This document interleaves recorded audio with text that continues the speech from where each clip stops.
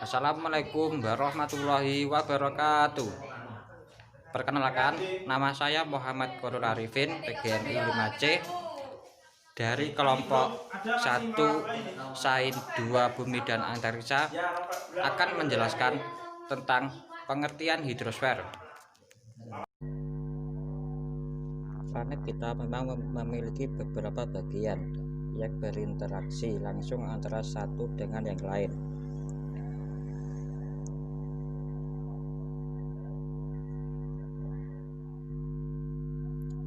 Bagian-bagian yang berinteraksi adalah atmosfer atau udara, hidrosfer atau air, biosfer atau tumbuhan dan binatang, litosfer tanah dan batuan, dan kriosfer atau es dan salju. Selanjutnya saya akan menerangkan tentang pengertian hidrosfer. Hidrosfer berasal dari kata hidro, artinya air, dan sfer artinya lapisan atau selubung. Hidrosfer adalah lapisan air yang ada di permukaan bumi. Air merupakan hal yang sangat penting dalam kehidupan manusia, hewan, tumbuhan, dan semua makhluk hidup yang ada di alam semesta. Air adalah poin terpenting untuk makhluk hidup dalam memenuhi kebutuhannya. Hampir 3/4 bagian bumi tertutup oleh air, baik air yang berada di perairan darat maupun air yang berada di perairan laut. Lapisan air yang menutupi bumi dengan bantuan sinar matahari selalu mengalami surplus, sehingga jumlah air di bumi relatif tetap. Hidrosfer yang ada di permukaan bumi meliputi danau, sungai, laut, lautan, salju, dan gletser, air tanah, dan uap air yang terdapat di lapisan udara. Baik, di sini saya akan melanjutkan penjelasan dari Mas Arifin. Selanjutnya yaitu tentang siklus hidrosfer atau yang sering disebut juga dengan daur hidrologi. Di sini saya akan menjelaskan materi yang kedua, yaitu siklus hidrosfer atau sering disebut juga dengan daur hidrologi. Adalah pola sirkulasi air dalam ekosistem yang dimulai dengan adanya proses pemanasan permukaan bumi oleh sinar matahari. Lalu terjadi penguapan hingga akan terjadi kondensasi uap air, yaitu proses perubahan uap air menjadi titik air atau hujan. Kategori siklus hidrosfer dibedakan menjadi 3, yaitu siklus pendek, siklus sedang, dan siklus panjang. Siklus pendek ini terjadi jika uap air laut mengalami kondensasi di atas laut, selanjutnya membentuk awan dan jatuh sebagai hujan setempat. Yang kedua yaitu siklus sedang.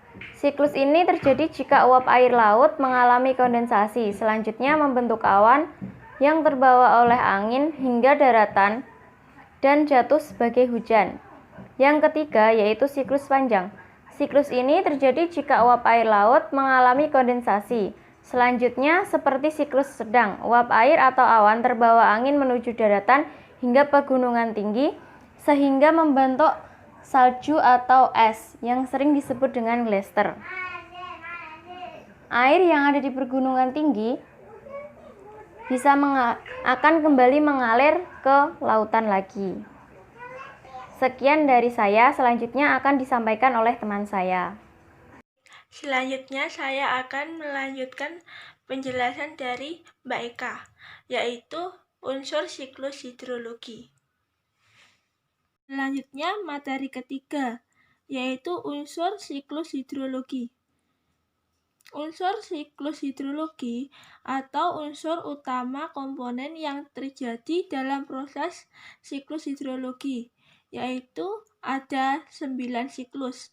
Yang pertama, evaporasi atau presipitasi.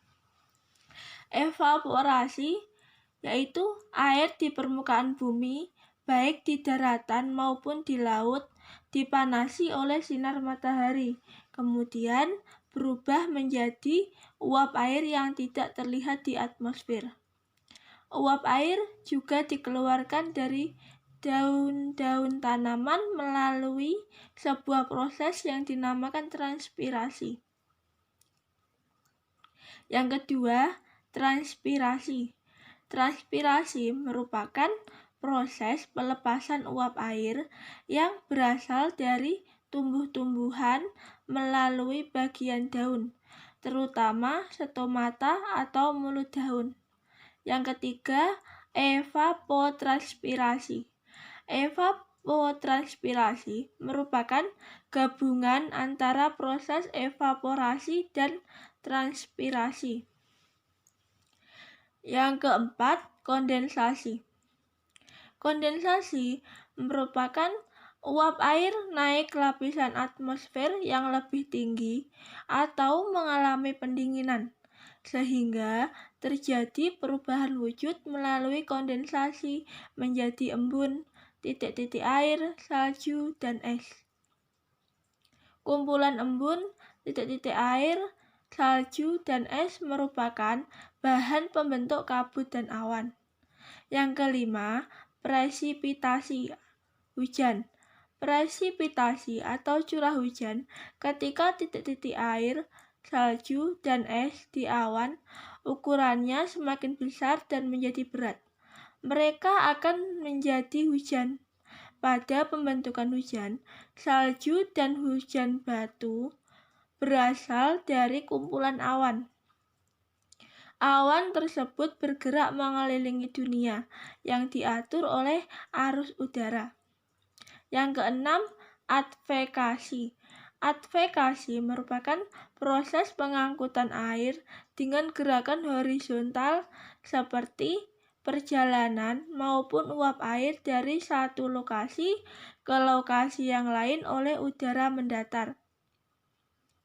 Yang ketujuh, infiltrasi atau perkolasi.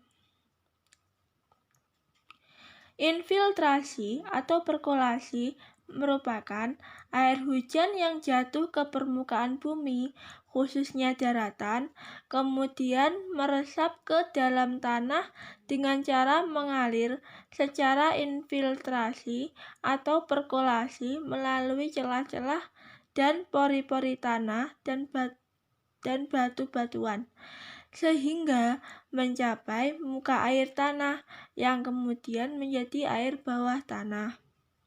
Yang kedelapan, surface runoff. Surface runoff merupakan air dapat bergerak akibat aksi kapiler atau air dapat bergerak secara vertikal atau horizontal di bawah permukaan tanah hingga air tersebut memasuki kembali pada sistem air permukaan.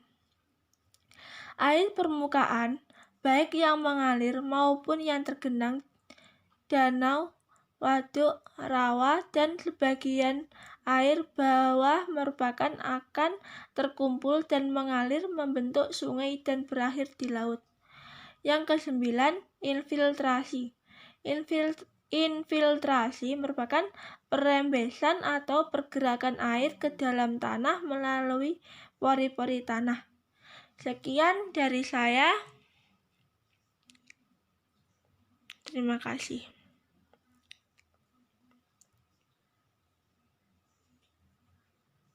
Sekian dari kelompok kami. Apabila ada kurang lebihnya kami mohon maaf. Wallahumma fiqil aqwa min thoriq. Wassalamualaikum warahmatullahi wabarakatuh. Terima kasih.